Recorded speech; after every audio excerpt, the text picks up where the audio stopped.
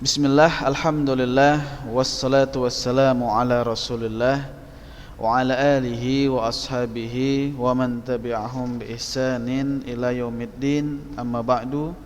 Segala puji hanyalah milik Allah subhanahu wa ta'ala. Atas segala limpahan nikmat dan karunia-Nya kita masih bisa bertemu melalui aplikasi Zoom. Sangat senang rasanya bisa bertemu dengan antum semua pada kesempatan yang baik ini. Meskipun kita masih dibatasi dengan jarak, namun insyaallah materi-materi yang Ustadz sampaikan dapat antum pahami, ya, sebagai bekal kita mendapatkan akhirat. Jadi ada sebuah pertanyaan, ya, ada sebuah pertanyaan, kenapa saya sholat, kenapa saya puasa, kenapa saya belajar agama? Ya, jawabannya karena saya beriman dengan kehidupan setelah kematian. Ini dia. Karena saya beriman dengan kehidupan setelah kematian. Dan kehidupan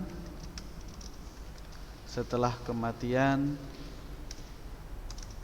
membutuhkan bekal dan tabungan. Bekal dan tabungan tersebut adalah ibadah kepada Allah Subhanahu wa ta'ala. Dan termasuk ibadah yaitu sholat, puasa, dan belajar agama dan lain sebagainya.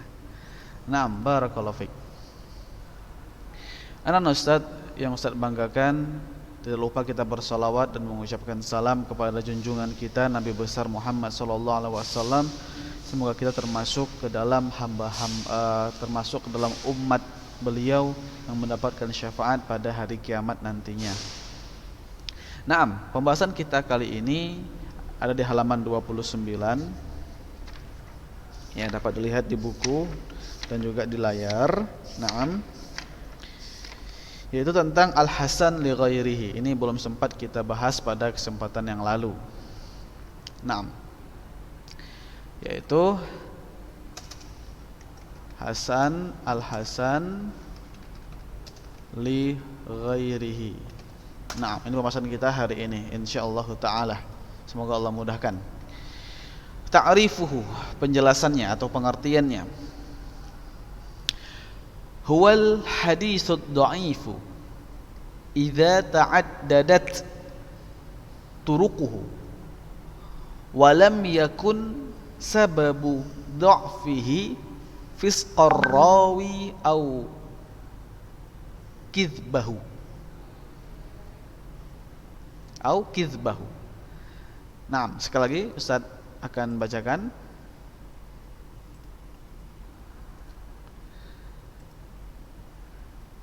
Al-hasan li ghairihi ta'rifuhu huwal haditsud dha'ifu idza ta'addadat turuquhu wa lam yakun sababu dha'fihi fisqar rawi au kizbahu.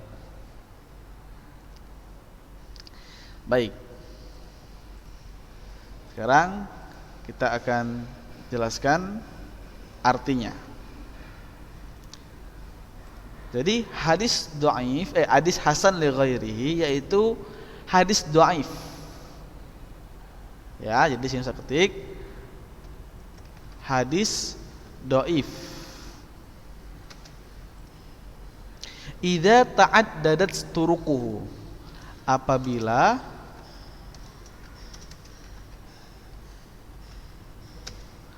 ta'addadat berbilang, artinya berbilang jalur periwayatannya. Itu dia. Idza ta'addadat turuquhu, yaitu apabila berbilang jalur periwayatannya, bisa lebih dari satu. Itu dia. Walam yakun sababu dha'fihi, dan sebab kedoifannya tadi ya, jadi walam yakun sababu dha'fihi, artinya dan sebab kedoifannya bukan apa, fisqor rawi au kizbahu, bukan karena kefasikan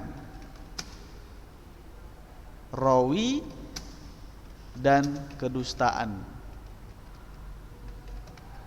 Nah, ini dia. Jadi hadis al-hasan li ghairihi artinya adalah hadis dhaif apabila berbilang jalur periwayatannya, dan sebab kedhaifannya bukan karena kefasikan rawi dan kedustaannya. Jadi sudah jelas rawi itu tidak boleh disifati dengan fasik, dan rawi itu tidak boleh disifati dengan dusta. Nah, itu dia. Berarti apa di sini? Nah, ini masuk dalam bab apa ini? Jadi kalau dikatakan walam yakun sababu dha'fihi fisqar rawi au kizbahu, ini masuk ke dalam syarat yang mana? Kan ada 5 syarat hadis itu dikatakan hasan. Ya, coba Ustaz mau tanya dulu sama siapa ya? Sama Mumtaz. Coba Mumtaz nampakkan dulu mukanya Mumtaz. Nah, Ustaz mau tanya dan suaranya Mumtaz, bahwasanya hadis hasan itu ada 5 syaratnya. Nah, mana Mumtaz? Suara yang ada ini? Mana? Iya, oke, thayyib. Nah, jadi di sini dikatakan hadis hasan li ghairihi, ini rawinya tidak boleh fasik dan tidak boleh dusta. Ini masuk dalam syarat yang mana dari 5 syarat itu? Baik. Nah, hadis hasan kan ada 5 syaratnya. Masih ingat? Yaitu ittisalus sanad. Kemudian adalatur ruwah. Kemudian apa lagi? Dhabtur ruwah. Dobit, baru ada musyudzuz, ada mulillah. Nah, di hadis hasan li ghairihi dikatakan sebab kedoifan hadis itu bukan karena rawinya fasik dan rawinya dusta. Ini masuk ke dalam bagian mana dari 5 syarat itu? Apakah masuk ke dalam bagian ittisalus sanad? Apakah masuk ke dalam bagian adalatur ruwah? Apakah masuk ke dalam dhabtur ruwah? Atau ada musyudzuz atau ada mulillah? Masuk ke bagian mana dia?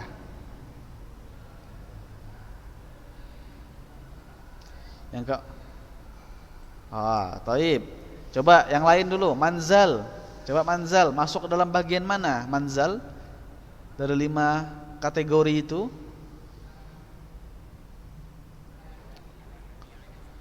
Ya, adalatur ruwah, betul. Iya, adalatur ruwah. Nah, adalatur ruwah itu ada 5 syaratnya. Masih ingat enggak? Coba masih ingat enggak? 5 syarat adalatur ruwah. 5 syarat rawi dikatakan adil. Masih ingat enggak?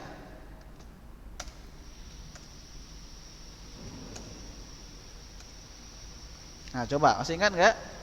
Manzal? Enggak ingat. Oke. Baik. Ustaz akan jelaskan. Jadi 5 syarat rawi dikatakan adil. Yang pertama muslim, jelas. Kedua baligh. Yang ketiga berakal. Yang keempat ya tidak fasik. Nah, baru yang kelima yaitu tidak tercela akhlaknya.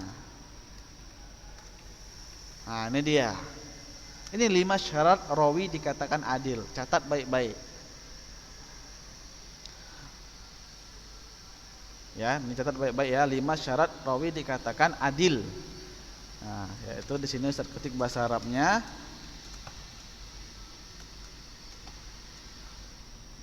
Ya, ini namanya ya adalatur ruwah. Adalatur ruwah. Nah, di rawi dikatakan adil, ini Kalau dia muslim, balik, berakal, tidak fasik dan tidak tercela akhlaknya. Baik. Sekarang ya, kita lanjutkan. Berarti hadis dhaif yang berbilang jalur periwayatannya ini rawinya wajib adil. Itu bahasa lainnya. Bisa kita buat bahasa sendiri ya. Jadi hadis hasan li ghairihi yaitu hadis dhaif ya yang berbilang jalur periwayatannya dan rawinya wajib adil. Ini dia. Rawinya wajib adil. Karena rawi nggak boleh fasik dan nggak boleh dusta. Ya kalau dia fasik tadi berarti dia syarat yang nomor 4 lewat. Atau ya tidak terpenuhi. Kalau dia dusta maka tercela akhlaknya. Itu dia. Hadis dhaif yang berbilang jalur periwayatannya dan rawinya itu wajib adil. Baik. Itu dia ya. Barakallahu fiik. Suratuhu. Ini bentuk hadis hasan li ghairihi yaitu dhaif tambah dhaif sama dengan hasan li ghairihi. Itu dia. Kemudian martabatuhu, tingkatannya adna martabatan minal hasani li dzatihi, yaitu dia lebih rendah kedudukannya daripada hasan li dzatihi. Jelas hukumnya.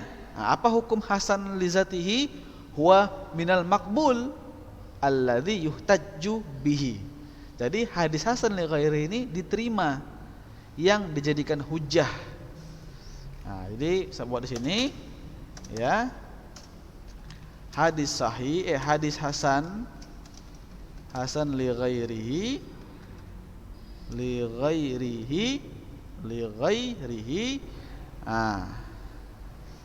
adalah hadis yang diterima dan dijadikan hujjah. Ini dia. Jadi atau kita bilang jangan adalah, merupakan hadis yang diterima dan dijadikan hujjah. Ya, itu dia. Barakallahu fiik. Kemudian selanjutnya sabab tasmiyatihi, sebab tasmiyahnya, sebab penamaan. Annal husna lam ya'ti minas sanad al-awwal wa innama jaa min indimami ghairihi lahu. Sebab penamaan hadis hasan li zatihi yaitu annal husna lam ya'ti minal sanad al-awwal. Kehasanan sanad ini tidak ada di sanad yang pertama. Jadi nggak ada yang pertama. Namun setelah diperiksa, setelah diindimam, dikumpulkan, jaa min indimami ghairihi lahu. Ternyata ada sanad yang lain yang menguatkan hadis ini. Tapi hadis yang pertama ini derajatnya dhaif. Namun ada hadis yang menguatkan. Loh, jadi macam mana ini? Apa namanya kita buat? Kata ulama ahli hadis, ya sudahlah, kita katakan al-hasan li ghairihi. Dia hasan li ghairihi karena ada jalur yang lain. Itu dia. Jadi bisa kita artikan di sini ya, hasan li ghairihi ini ya, hasan li karena ghairihi ya, jalur lain. Itu dia. Jadi al-hasan li ghairihi bisa kita namakan hasan karena jalur lain. Baik. Kemudian kita lanjutkan misaluhu, contohnya.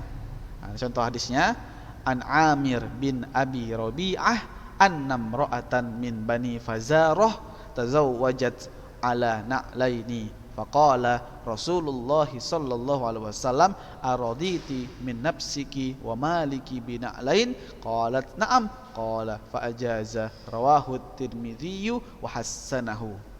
Ini hadis. Bisa kita cari di carihadis.com ya. Baik, kita akan munculkan carihadis.com.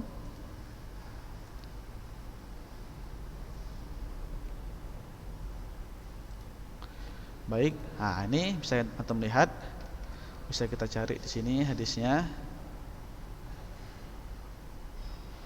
Nah ini dia, Sunan Tirmizi. Ini hadisnya, ya ini hadisnya.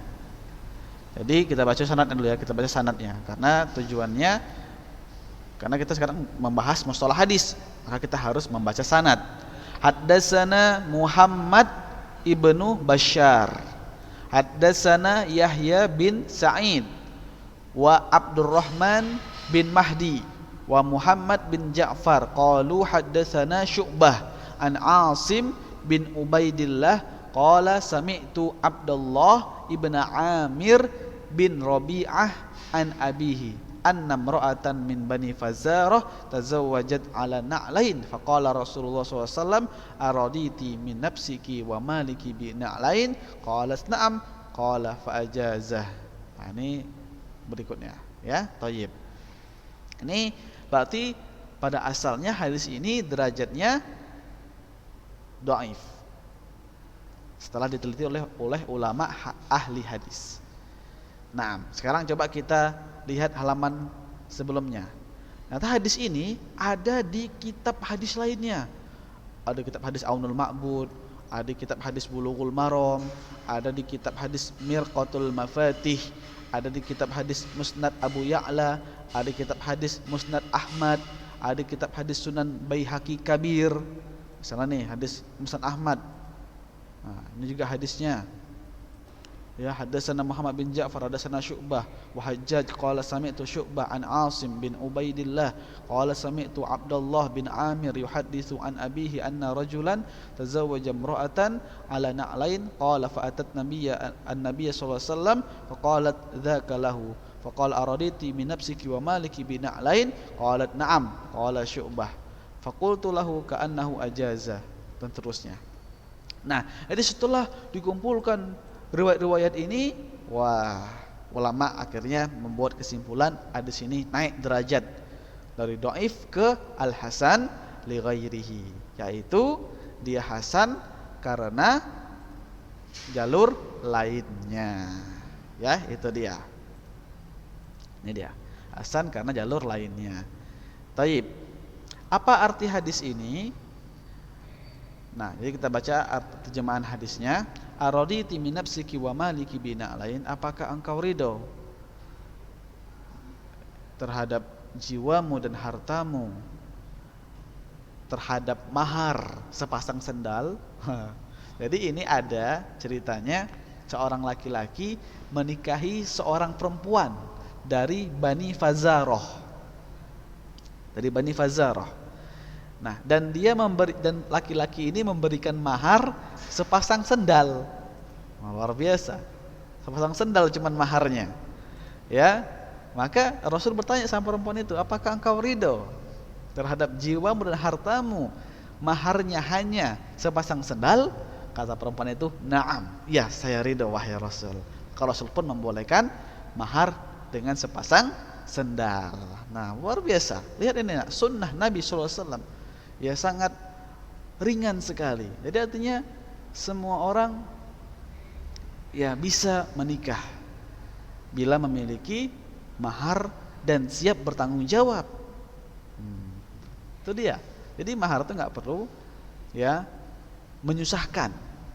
Artinya setiap orang itu sesuai dengan kemudahannya. Ya, kalau misalnya manzal mudahnya cuma sepasang sandal, ya sepasang sandal aja. Ya kan manzal? Mana manzal, mukanya manzal? Manzal. Ya kan manzal? Ketika manzal mau menikah nggak sanggup, cuman bisa sepasang sandal, ya kan gitu ya kan? Cuman mereknya yang bermerek lah, ya kan? Mereknya Eiger, ya kan? Kan gitu dia. Thayyib, barakallahu fiik. Ya kan, mana lagi nih, siapa ya? Gadib, mana Gadib? Mukanya Gadib? Gadib. Gadib. Mana Gadib nih? Nggak ada orangnya nih ya. Mana nih Gadib? Masya Allah, ya kan Gadib. Jadi Gadib nanti kalau mau menikah nggak sanggup, cuma sanggupnya pasang sendal aja, ya kan Gadib? Masya Allah, barakallahu fiik. Taib, cukup. Bisa ditutup lagi mukanya ya. Baik. Taib, jadi ini sudah selesai. Hasan li ghairihi. Jadi kayaknya nggak cukup ya menjelaskan poin halaman 31. Jadi Ustaz simpulkan saja. Jadi kesimpulan pembelajaran kita sampai dengan hari ini yaitu hadis yang diterima itu ada kurang lebih 4 kategori.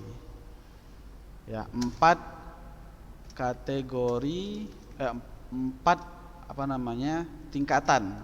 tingkatan hadis diterima. Jadi yang pertama namanya sahih li zatihi. Ya.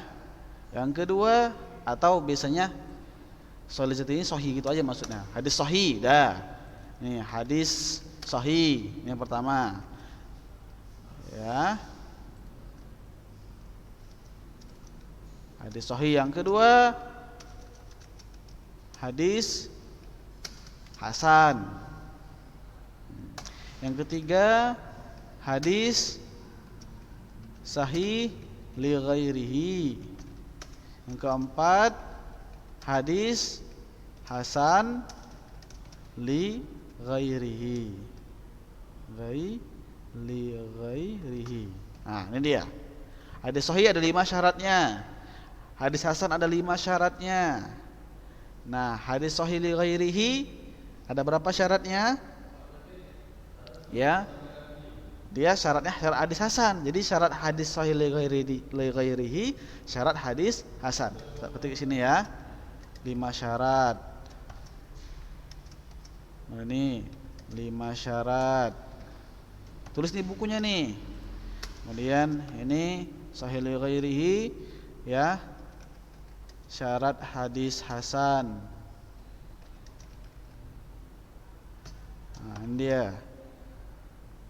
Kemudian hasan li ghairihi syarat hadis dhaif yang begini. Hasan ini ya 5 dhaifnya, lemahnya tidak pada hadis hasan li ghairihi ini bisa bahasa enaknya ya. Dia hadis dhaif yang rawinya adil. Nah, ini dia. Taib. Jadi ini dia kesimpulannya pelajaran kita hari ini. Ini dicatat baik-baik nak. Ya, dikuasai. Dan insyaallah ini akan masuk nanti ke ujian antum, ujian akhir semester.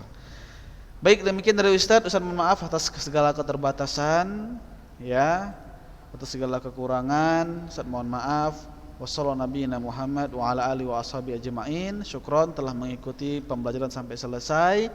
Semoga Allah menambah ilmu kita dan amal kita sehingga bisa menjadi bekal dan tabungan buat kita di hari setelah kita matinya. Demikian, subhanakallah bihamdika asyhadu an la ilaha illa anta astaghfiruka wa atubu ilaik. Assalamualaikum warahmatullahi wabarakatuh.